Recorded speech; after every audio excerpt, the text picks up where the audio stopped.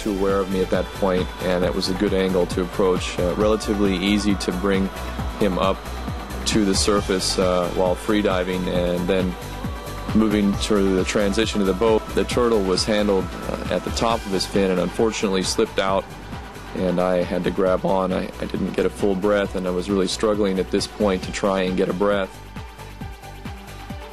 And as soon as I get it right there, I was able to get my strength and manipulate him back up to the surface. Ultimately, we made the handoff properly the second time around, learning as you go. Unfortunately, fortunately for us, we didn't lose the turtle.